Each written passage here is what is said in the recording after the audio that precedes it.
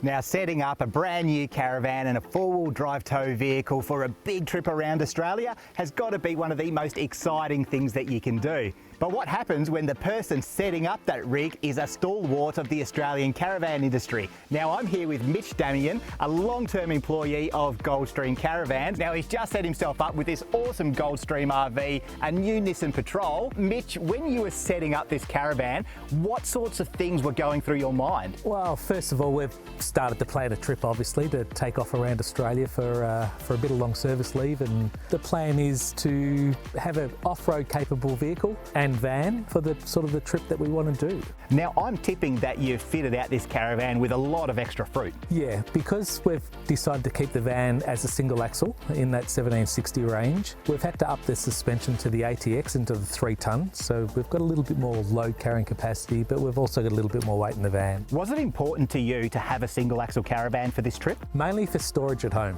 That is purely the only reason, but we also wanted to keep it a small unit, so everything is quite compatible and legal. So no doubt you're going to be in the back of Beyond, you're going to need some decent power. So what have you done there? Okay, so we've set the van up so we can be a little bit more off-grid. We've done a 300 amp lithium battery in the van. We've got 440 watts of solar up on the roof. We've done the 3000 watt inverter so we can be a little bit more capable off-road and still have a few creature comforts. And that inverter is also going to allow you to run the onboard aircon? Will, for a couple of hours. So you got an onboard heater?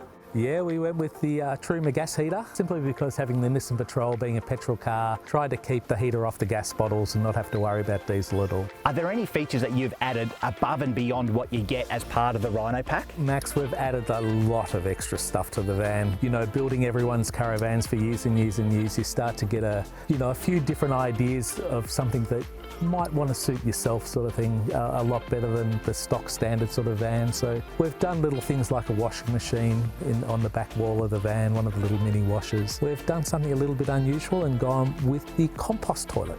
Now that's interesting to me. I've heard really good things about these composting toilets, though I've never used one myself. I'm in the same boat, never used one myself, but over the years, customers that have swear by them, just love them. So you've got the 3 tonne rated suspension on the caravan. Is there a reason that you didn't go for airbags? Probably my mistake, anything at the end of the day. I should have at the end of the day. Okay, well that's interesting. Why do you think that?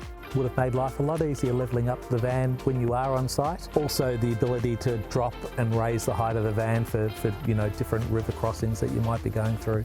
So you've got the slide out tray for a barbecue. What are you thinking there, a Ziggy or a Weber Q? Or? We've gone with the Ziggy. Okay, why the Ziggy? Had already had the built-in flame failure device built into it already, and I've been a Weber convert for years and years and years at home, but so we thought we'd try something different, just like a compost toilet. So Mitch, you've spent a career advising customers on how to set up their caravans and that sort of thing. It's now time for you to hit the road, so where are you thinking of going? We've got 4 months off, Max, so we're going to try and use that time wisely, but we're going to start off leaving here in Melbourne middle of April. We're going to start heading up via the Unadata, up through the middle, around sort of the Kakadu, Litchfield, Darwin area, back down to Kununurra, across the Gib, back down the sort of the west coast of WA, that top west coast of WA. The plan becomes a little bit, we're not sure after that. So we're not sure if we're going to head back down to Perth and do the south of sort of Perth, or we're going to head inland and maybe go back across the Great Central Road. Now I noticed that you've got 2 spare wheels on the back.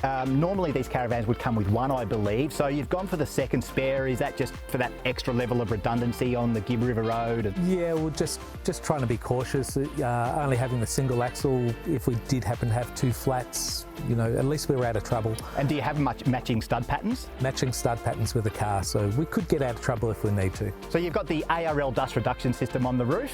Wouldn't be without it, Max. We've trialled them over the last 3 or 4 years and they work fabulously. Now these ARL systems, for people who don't know, are a motorised system, aren't they? They've got a fan. Correct. Yeah, so you just switch it on, close the door and drive away. And that pressurised? Fan pressuриses the body of the van. So it's a single axle caravan. It's got more equipment on it than you can shake a stick at. What does it all come in at TAIR? TAIR's in at around 2480. Now do you think that weight's about right? Are you happy with that? I was hoping it was going to be a little bit lighter, but you know, knowing all the little bits and pieces that we've put in it, we've probably maxed it out a little bit. We've got about 475 kilo of load carrying capacity. We don't have to put anything else into the van really, bar ourselves. Well, because as you say, the Caravan is ready to roll with everything that you need. Right. So it's yourself, it's your food and luggage. That's it. So when I stepped inside the Caravan, Mitch, there were a few things that I noticed that really speak to the Caravan's, you know, attention to detail. So when you lift up the bed, you can see the gas heater, and I like the way it's been properly sectioned off so that when you throw your luggage in under the bed,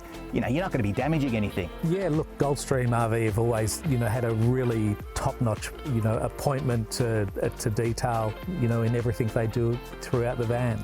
And the quality of the ply that you use, I mean, you're not just using run-of-the-mill ply, it's all imported stuff, isn't it? It's the Urban product, which it's a laminate base, so, you know, it's fully waterproof. You can wipe it down with a damp cloth. You're not going to do any damage to any of the plies or anything like that. It's all a 15mm ply.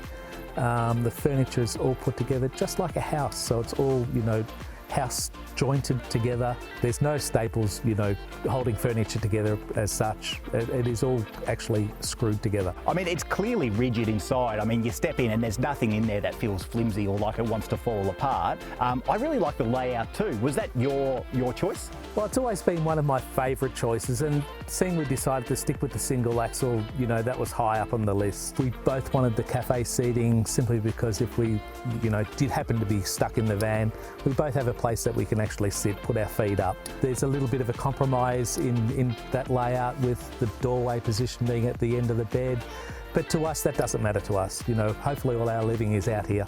Now, one other thing that I noticed that I really appreciate about Goldstream Caravans is the way that everything is properly protected underneath. And now, Mitch and I, we were talking earlier about the protection for the grey water plumbing. And if you look underneath, you can actually see the way you've extended the galvanised sheeting so that, you know, the stones that get flicked up when you're doing the Gibb River Road on your big trip, yep, you're not going to have, you know, shot-peened, you know, PVC everywhere. Correct. All the PVC is all completely hidden behind tanks or behind guards all the way throughout the, you know, underneath the van. We've gone, you know, an extra sort of added, you know, step in putting a set of mud flaps right across the front of the van as well, just underneath the body, which hopefully that'll dampen it, you know, any of the stones that do get past. So after the thousands of customers that you've helped, you know, live their dream, how have you found it personally to, you know, put yourself in their shoes? Oh, it's certainly been exciting times, Max. It's been, you know, great fun planning it around, planning a trip. We've done it reasonably quickly, this plan, you know, over the last sort of 12 months, buying a vehicle, you know, ordering and building a caravan to suit our requirements. So it's been exciting times. So for the people watching this, how do you guys go about building your caravans? When a person comes into the yard and starts looking at the van, obviously, you know, our first requirement is knowing what they're sort of towing with, and we can try and match up a van to their requirements. Once we know what they're sort of looking for and that their car matches what they want, you know, we'll sit down and work through the different layout and what features and what they might want to do.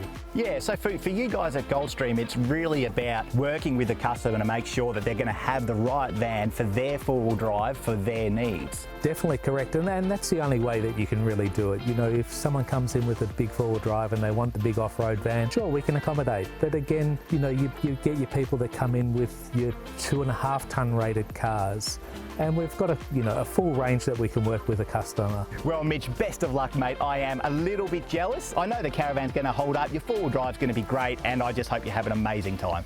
Thanks, Max. Really appreciate it.